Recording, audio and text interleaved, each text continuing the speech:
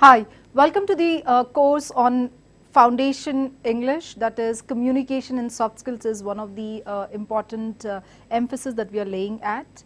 To talk about it, in the previous sessions we have already discussed about the sounds, the pronunciation basics. We've also gone ahead to understand the word stress, that is why it is important that I emphasize certain part of the word and why do I not emphasize certain part of the word. So the agenda for today is accent neutralization. From the emphasis about not just knowing the word stress but also the intonation and rhythm to the language. So let me make a note of these two words for your better understanding and to benefit out of what this session is all about. So the words that we are going to discuss intensely today are these words: intonation and rhythm.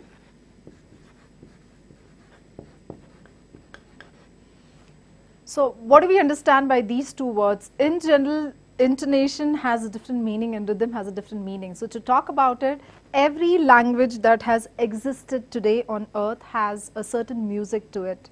So when I talk a regional language such as Telugu, or when I talk a regional languages such as Hindi or Bengali or Odia or Tamil for that matter, there's a certain sense attached, that is the music or the rhythm attached to that particular language, and hence it is very specific to that particular language only.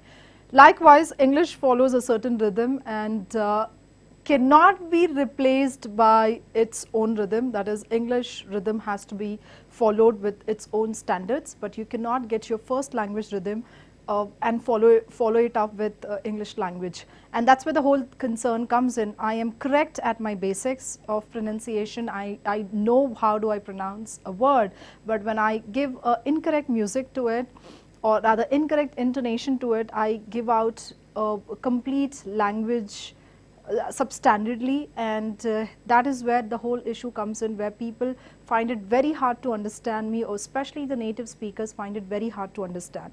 So let's understand what intonation is all about, and it's more of an implementation workshop today. So basically you will get all the inputs to just go ahead, apply it when you're talking, when you're speaking to your own friends and or at university level.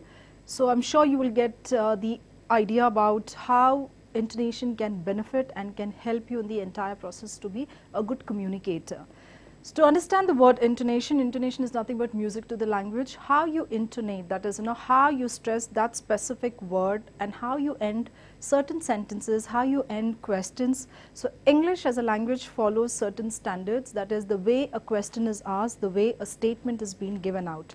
So when I ask a question, generally I follow something called rise and fall and rise as the technique for intonation, and rhythm again is nothing but the music to the language. So to understand this better, I would really like you all to go ahead and understand how a question is answered in general while we are talking or communicating. So basically this can assist us to minimize a first language interference. It will help you to speak neutrally, that is with a neutral accent, pronounce certain specific words while you are practicing, so that it can help you get the right rhythm in the process, and also it will help you convey the correct meaning by pausing and pacing between the thought groups. So we will not touch these two topics right away, that is pausing and pacing. We will keep it aside towards the end of certain specific topics once we complete, and we'll come back there. And also to talk about it, use intonation to express yourselves correctly. So if you want to express something out of maybe as an explanation, or maybe you want to convey a thought or declare an information, you have to really follow the technique of intonation. So let's go ahead and understand this intonation again specifically with an example. So I'll keep the name of the topic right on the board, and I would like to write this sentence.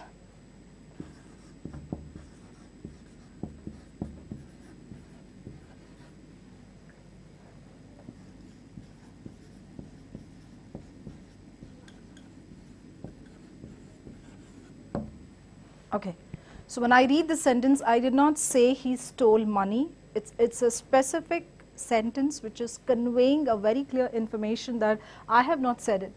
So each time I stress these words, I give out a different meaning altogether. So let's do it together. Intonation, so I intonate, that is I give the emphasis either on the first word or the second word or maybe a third word to convey a different meaning. So when I stress on the first word, that is I didn't say he stole money, I am conveying very clearly that I have not said it. Maybe your neighbor has communicated it, or maybe your friend has said it, but I have not said this, that he or she has stolen the money. And then when I say I didn't say he stole money, that is when I'm emphasizing on the word didn't, I'm clearly communicating that I have not, that is I didn't say money, but it could be something else. Maybe I have said something else about the person. So when I emphasize or rather stress on the word say, I clearly mean that I did not say, maybe I have not spoken, maybe I have given you the written information that the person has stolen the money.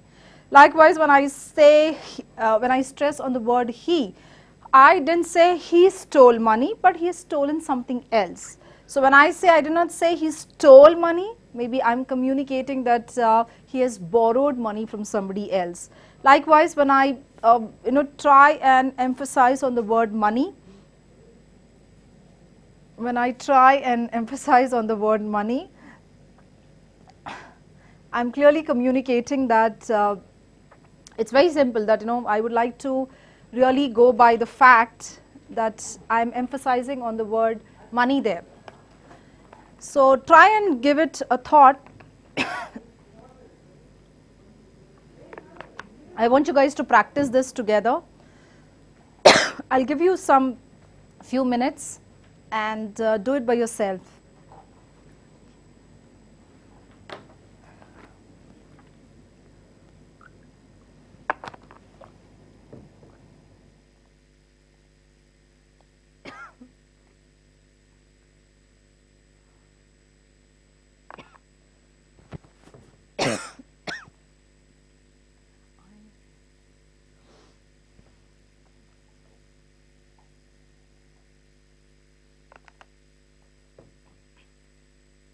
So we are back. I didn't say he stole money is a statement that we are practicing to intonate, to convey different meaning each time I stress on one of these words. I also can stress on the word stole, that communicates very clearly that I did not mean the person has stolen the money, maybe the person has borrowed the money from somebody else. Likewise, when I emphasize on the word or rather stress on the word money, I'm clearly saying the person has not stolen the money. It could be, the person has stolen the jewelry, or person has stolen something else but not money. So get this very clear. This is a right way to learn intonation. Each time I emphasize a word, I communicate a different meaning and I give out a different meaning. Likewise, in English language, it is very imperative that I stress on the right word. If I am trying to communicate the most important information, I stress on the information that I want to convey. That is something, it's always been advisable. So to talk about it more or less, if I have to really, practice the similar statement, I have to keep one thing in mind. All of this emphasizes or rather enhances and promotes your clear communication. And this helps you by minimizing the accent, the regional accent that we all carry. In case you're communicating with, higher stakeholders, or maybe in the interview process, if I have to specifically talk about the program which is designed for, that is to help you make interview ready, to help you clear your interviews as well.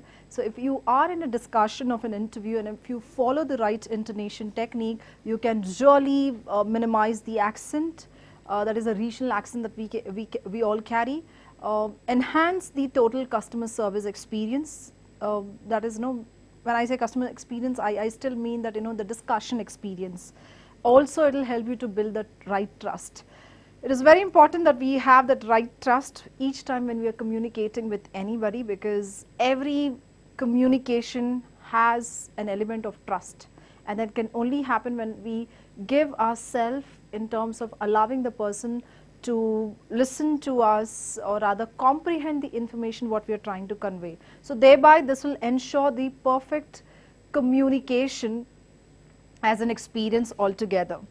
So we just have to recall few things, and we have to really go by understanding few terminologies. So we have to understand the word accent here, and we've already discussed English as a non-phonetic language because the sounds and the letters differ.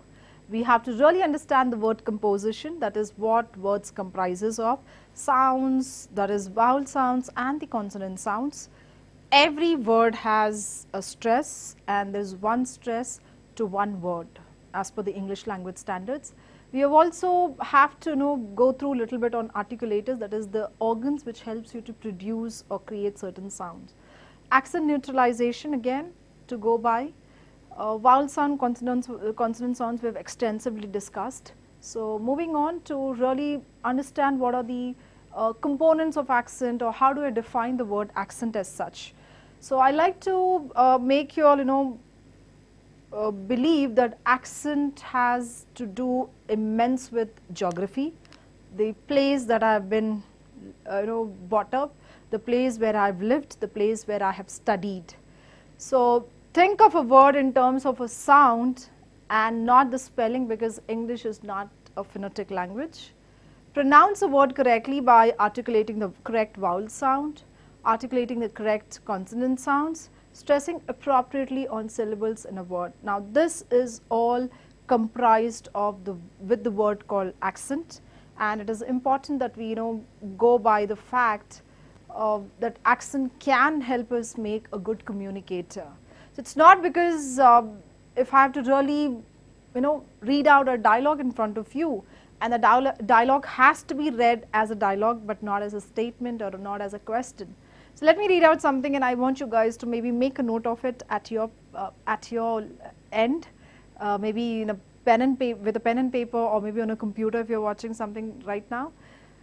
It's not because I'm lonely, and it's not because it's New Year's Eve. I came here tonight because when you realize you want to spend the rest of your life with somebody, you want the rest of your life to start as soon as possible. And it's a beautiful dialogue from a movie called When Harry Met Sally. This is one of the known movies to actually help you improve your communication skill. So this particular dialogue, when given with different accent, will communicate differently. So when I say accent, I still mean intonation here. So go ahead, practice few said dialogues, and that can certainly assist you to really be there in terms of improving your pronunciation overall. Here is what you have to do to sound differently. So if I have to really talk about how to sound differently and how to sound as per the language standards, change the pronunciation of words. And how do I do that? Follow the word stress, follow vowel sounds and consonant sounds, specific enunciation technique, and then talk about in lines with change the tune of the language, hence the intonation, that is the tune I give specific to English language has to be followed to English language only. Change our pace, which impacts the rhythm. So we all non-native speakers here in India, we've been regarded as fast speakers. We have high pace because of the the thinking translation time, which is about less than a minute, and speeding up in the conversation can happen for various reasons.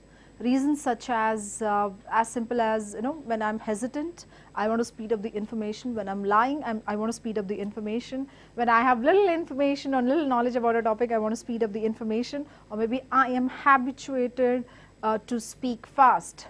So you have to really look at your pattern, to what pattern do you belong to and what pattern you are as a natural style speaker. Does it happen in your first language as well? Do you speak fast in Telugu or any other regional languages that you follow?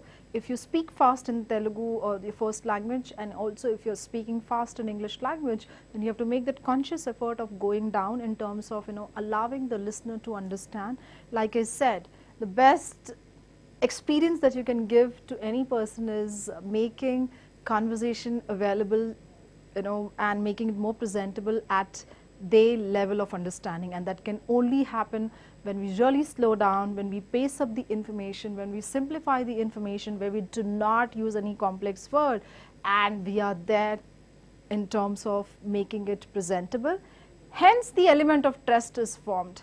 each relationship where there's communication happening, element of trust plays a very important role, and that can only happen while you are there with regard to going down, simplifying your information and making it more trustworthy experience for both of you. So to talk on intonation and the other lines, if I have to really define the word accent, so this word A-C-C-E-N-T is not accent. It has a different meaning again. This word is pronounced as accent. So I just have to get the pronunciation correct. So it clearly defines, the word accent is defined as, an accent is a characteristic mannered way of speaking. It is influenced by the geography, like I clearly said. The major aspect of accent in terms of its definition has to do with the geography that the person comes in from. Its socio-economic status, the educational background of the speaker. When one language is influenced by another, the person is said to be speaking with an accent. Like we all have an accent. We all believe in accent.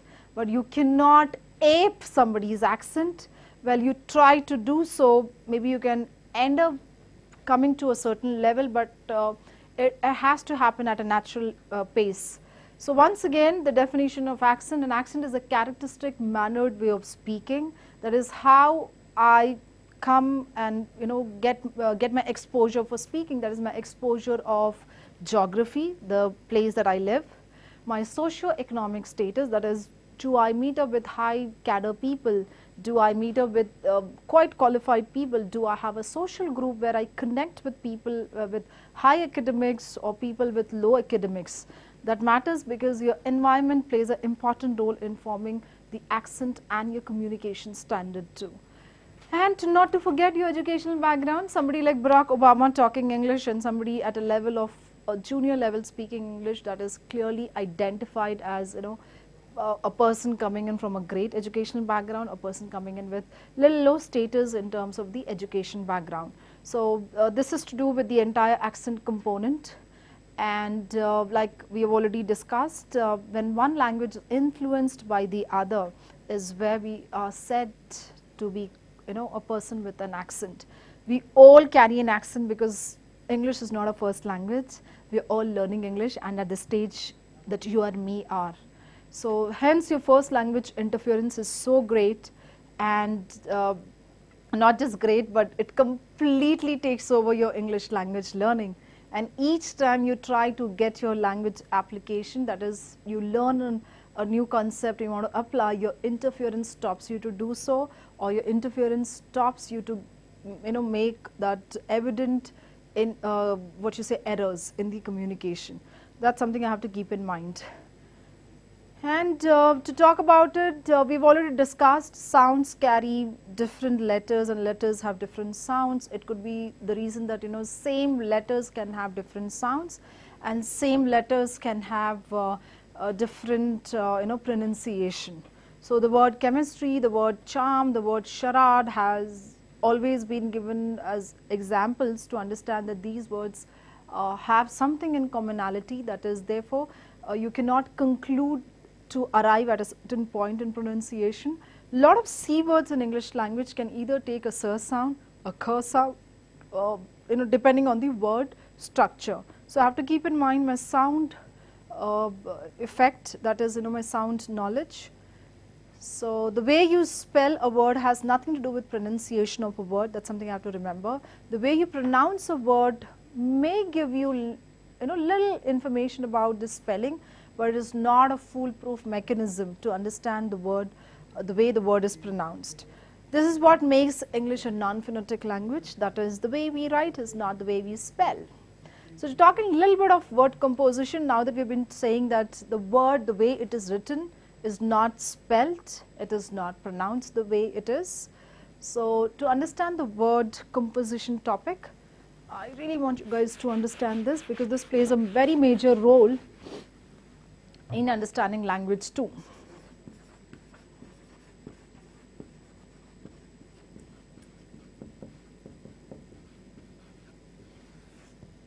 So this is the topic that we really have to get in there to understand. Theoretically speaking, there are two vowels and the two consonants, when we really have to talk about a letter as such, rather a word called home. So we have two vowel sounds and then we have two consonant letters. So two vowel letters and two consonant letters, but if that would have been the case, life would have been easy for English pronunciation. We do not go by the letter, but we go by the sound. So that's something I have to really recall and remember each time when I'm practicing for certain words. However, when you actually say the word, this word, that is home, how many sounds do you hear? So likewise, we have to really get it there in terms of getting the vowel sounds and the consonant sounds very clear. Okay, so the word home has different letters and different sounds and different sounds and different letters. So moving ahead, so if you were to assign the letter C for the consonant sound and V for the vowel sound, you will be transcribing the word differently, that is you will write it in a different transcription, that is with different symbols of English language. So instead of saying a word that contains the vowels and consonants, let us change that to a word which is your vowel sounds and the consonant sounds. It's very important that I understand it's not just the letters in a word that matters, but the sound in the word matters to make it into pronunciation, to make it effective pronunciation when I follow the standards again. So that's something I have to keep in mind. Moving ahead, in terms of understanding, to what we have already defined. So if I have to really give a definition again for pronunciation, the act of manner of pronouncing words, utterances of speech, a way of speaking a word, especially a way that is accepted or generalized in a identified or understood manner. That is, when I make it presentable as a pronunciation. Remember, when we studied the articulators, we concluded that we articulate the vowel and the consonant sounds in the word correctly. It means the word is pronounced with the right articulation, with the right articulators only. That is something I have to keep in mind. Moving to better understand about accent neutralization, again is words such as, moving on with vowel sounds, the consonant sounds. Take a list of examples to better understand these, and this will certainly help you to really get there in terms of your own pronunciation. And yeah, to know more about intonation, I would recommend have a simple knowledge check about the sounds of vowel sounds, or the sounds such as the consonant sound, because these things can just not help you to get your pronunciation basics, but it will also help you to make your conversation more crispier, more better, and more effective. That's something I have to keep in mind. So syllable stress, like we already started it, and we have to really get it there in terms of our own understanding. So let's begin with getting syllable stress as part of a learning right now. So syllable stress has to do a lot with your word stress, that is the word stress, that is part of the word which is stress. So keeping in view that only the right part of the word has to be stressed and not the complete word, or not the incorrect part of the word that needs to be stressed. So I have to keep in mind a word has syllables in it, and syllables are further divided either into vowel sounds or consonant sounds. For your better understanding, what I'll do is I'll make a note of it for you all. So the word, any word for that matter, has syllables. Syllables are your beat of a sound or building blocks of a word. Syllables are further distinguished as sounds in English language, which is your vowel sounds and your consonant sounds.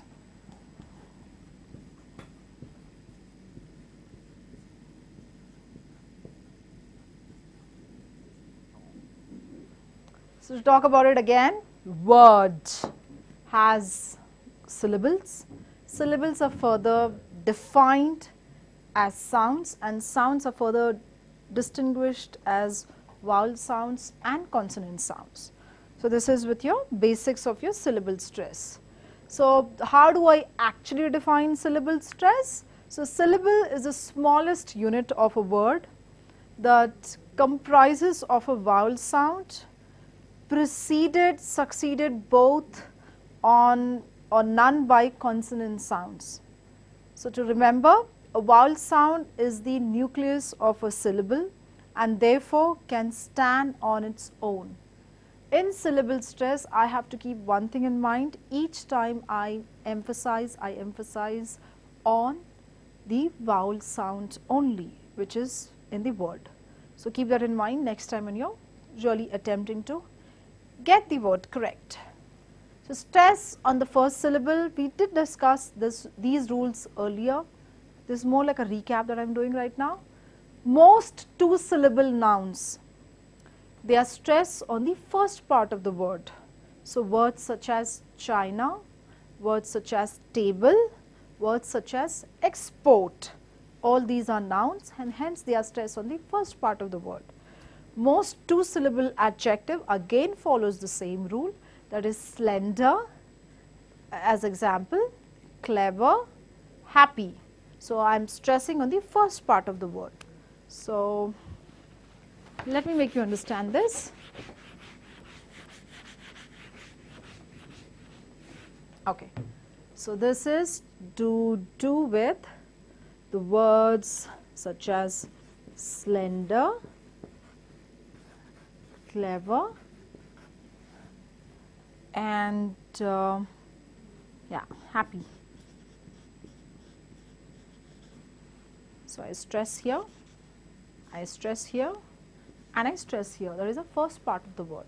So I say slender, clever, happy, and that's how the word is pronounced. That is, an adjective in English language takes the rule of stressing on the first part of the word. So that is to do with your effective way of putting across the communication. Likewise, stress on the last syllable, that is most two-syllable verbs. They stress on the second part of the word, hence the meaning which is conveyed is an action word. The meaning which is conveyed is that it is a verb. So to export, to decide, to begin are all words which comprises to give a action meaning. To keep in mind, stress on the penultimate syllable, that is second from the left, is penultimate. When I break the word and I do it through a clap method. So for this, maybe you have to go back and watch the earlier video series to better understand this topic that I am dealing with, and this is more like a recap that is going to be helpful to get the information correct again. So words such as graphic, words such as geologic, words such as geographic is where I stress on the last from the second part of the word. Certain words I also stress on the anti-penultimate stress technique that I follow, which is last from the third.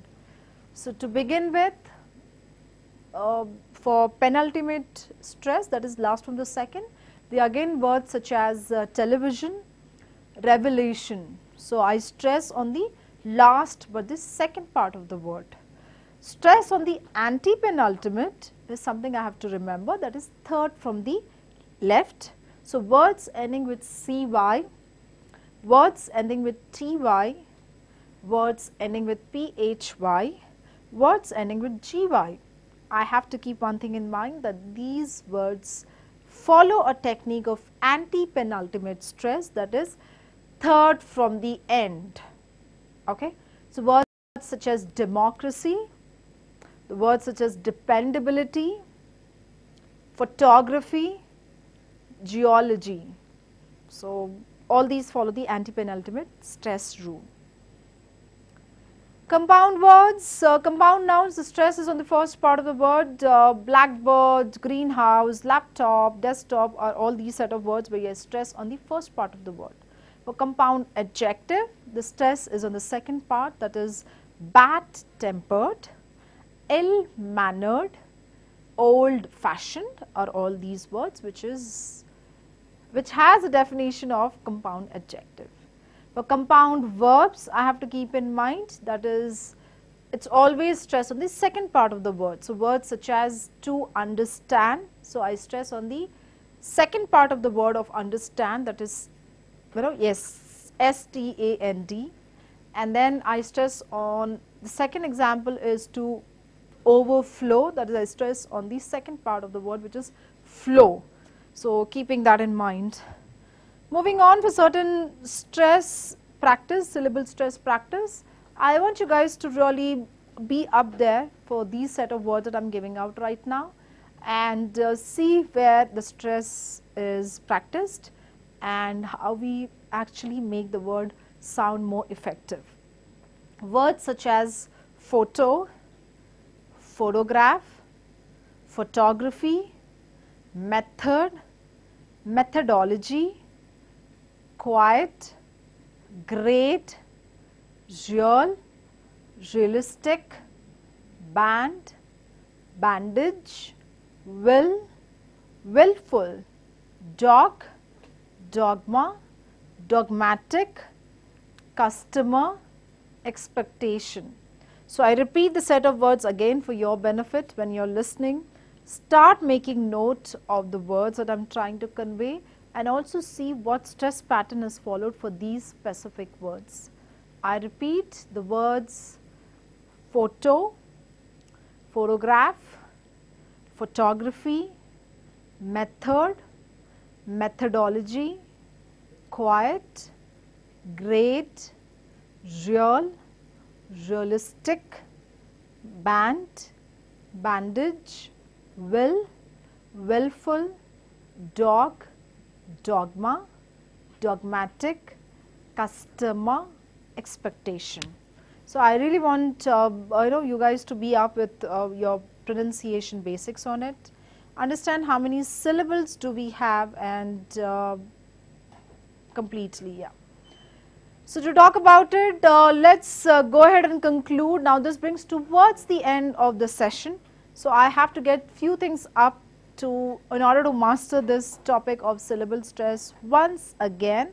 So it's more like a knowledge check we'll do. So we have covered the importance of syllable stress in pronunciation now, and let us see if we can answer these questions. So I have few questions, and I want you guys to answer these questions, and do let us know about what do you think, and what are the what possible responses it could have. So the questions are: what is known as nucleus of a syllable? How many syllables are there in following words such as executive, development, and American? I repeat, how many syllables do you hear, do you see in words such as executive, development, American? So give it through a clap method to better understand and get the word. How can you make stress in syllable stress happen? It's not the random stress that we all undergo. You've been stressed because you're not happy, you've been stressed because you've been tired, you've been stressed because you've been working, you've been stressed because you've not scored good in your English language, maybe at a university level, but this stress has to do something very, has to do a different, concentration for the word pronunciation. So on the stress syllable, what do? That is, do we increase the pitch, or do we decrease the pitch? Do we articulate the vowel sound correctly, or do we stretch the word correctly? So these are the questions that you can go back and do a little knowledge check and get it up in terms of understanding. So before I actually conclude, I'd like to give you one word, and how would this word function both as a noun and a verb? So I want you guys to answer yourself. So the word is permit. So this functions both as a noun and a verb. So I want you guys to understand, how do I make it sound like a noun, and how do I make it sound like a verb? So this brings to the end of our video tutorial for today. A quick recap: we did discuss about accent We did touch a little bit on vowel sound and consonant sounds, and yes, we did a quick revision on syllable stress as well. So once again, how do I define the word accent? Accent is a specific mannered way of speaking where my economic background, that is my socio-economic status, is part of my accent, my educational background, and where I have been brought up as a person. So this is to do with the word accent. So in the following consecutive video series, we will touch base a little more on the accent part, and we can take it from there.